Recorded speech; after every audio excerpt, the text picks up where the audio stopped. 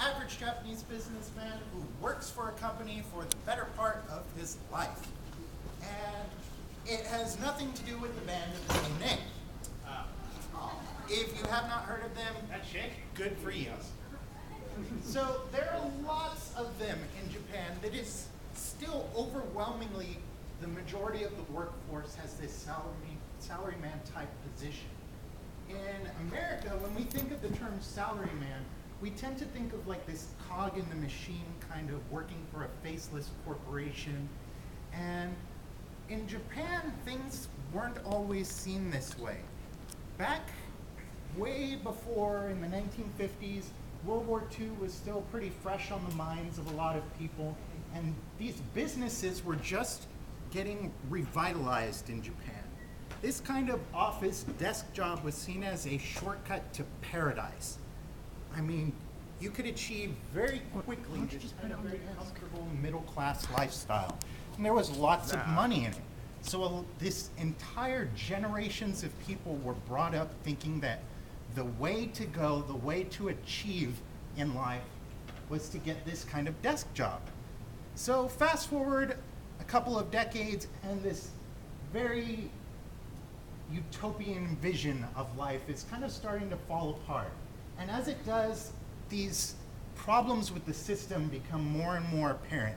That's a nice effect. And it turns into more of this depressing life of the salaryman kind of thing. And the reason for this is a lot of these people in these jobs are picked up right out of college. You're being recruited either right out of high school, right out of college. People are giving you job offers the instant you graduate. And you go into what ends up becoming a dead-end job. You're stuck there for decades, and it's just a 9-to-5, stuck at your desk kind of thing. Under fluorescent lights and Yes, Yeah. so it's very mind-numbing work. And you're kind of trapped by the money. So later on, you see this phenomenon start to appear. The first is recorded in, I believe, 1969, and it's karoshi. Karoshi is death by overwork, and it's mostly due to stress. And what you see, the predominant effect of this is heart attacks. So people have heart attacks in the workplace, and they've been working since they turned from this young guy to this old guy. They've been in the same company forever, and they're kind of locked in their office. And part of the problem is exacerbated by the fact that if once you've been there for a certain amount of time, there's very little opportunity for you to quit and go work somewhere else, or for you to be advanced in position. If you haven't been promoted after a couple of years, chances are it's never going to happen. So the bosses can kind of lord this over their employees and be like, hey, voluntary overtime for everybody. And add this to the fact that after you're done with your voluntary overtime, you're expected to go out drinking with your coworkers, you're expected to go out and play golf on the weekends with your bosses.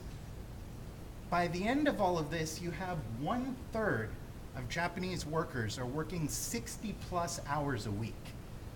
So, water cooler to stand by chat?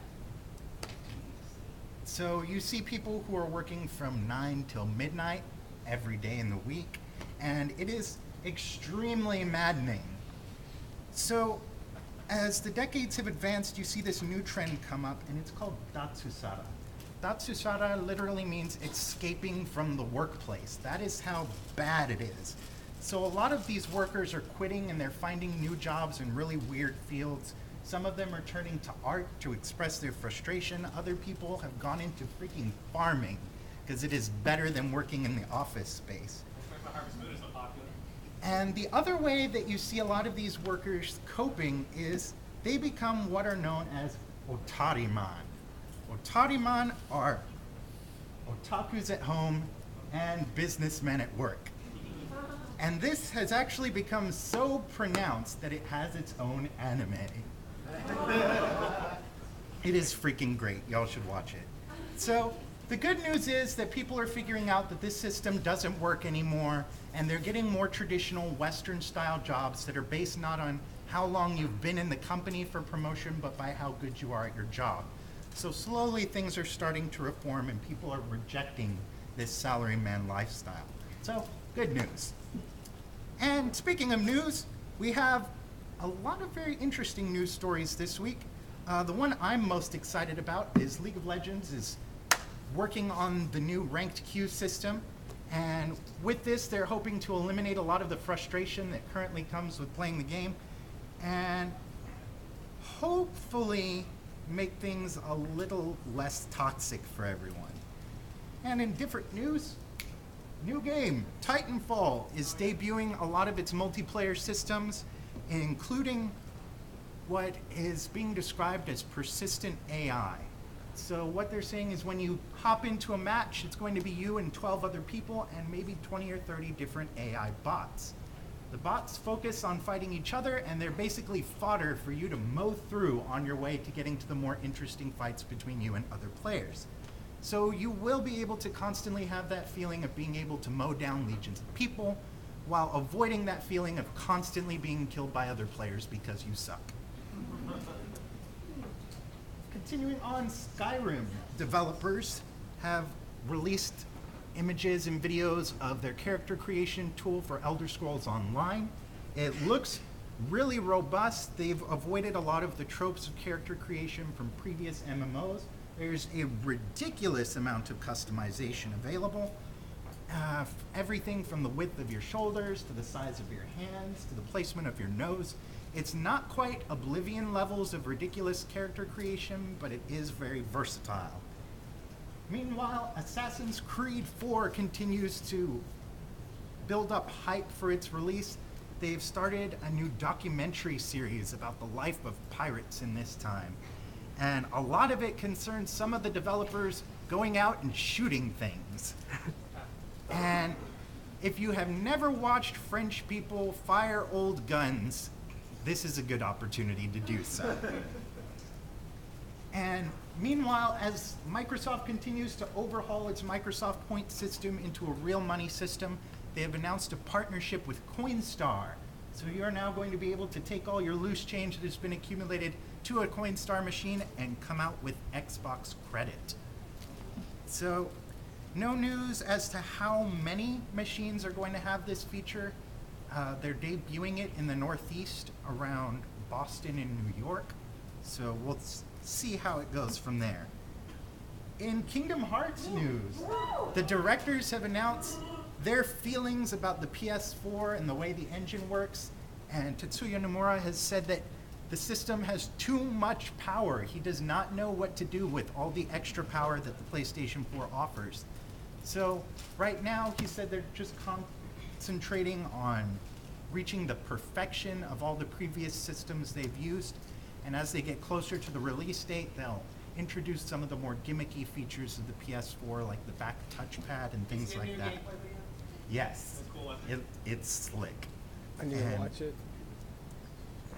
Pokemon X and Y has sold a ridiculous number. They sold 4 million copies in 2 days, making it the fastest selling 3DS game ever. And if it keeps pace, it will very quickly outpace every other 3DS game that has been released so far. What are the chances they catch more GTA 5? Pretty good. So this is just the first 2 days of sales, so we'll wait and see what the first week and later what the first month's data has to say. The new Madoka Magica film is coming to San Antonio December 8th. It's going to be premiering in Alamo Drafthouse cinemas across the city, just 2 days after the US release. And in other news, we have the fail of the week. This week's fail goes to British tabloid magazine The Sun for doing this. So if you hadn't heard, they did a very small piece about the future of cybernetic implants and cybernetics in the medical industry, and they used an image from Deus Ex, along with listing the company as an actual US cybernetics company. So just a quick Google search reveals this, which is asset from the game. It also reveals this, and just in case you didn't think it was a video game by then, it also reveals this. So congratulations to The Sun on fact-checking. And finally, Weird Japanese Thing of the Week. Sadly, this video was taken down within like 2 minutes of it going up on YouTube, so I only have photos. But it does go along with what we talked about today, in that there is still a lot of lingering frustration about the job system in Japan. That's not suicide, is it? No. And some artists have taken to expressing their frustration through what the Japanese are best at, robotics. So you end up with this. This is the crawling robotic salaryman, and he has been unleashed in various cities in Japan and Australia to crawl around and be serviced by weird nurses. So I have no idea what this is supposed to mean, but the artist says it is a symbol for the struggle of the Japanese worker, and I just think it's really freaking weird. So that's it for the week.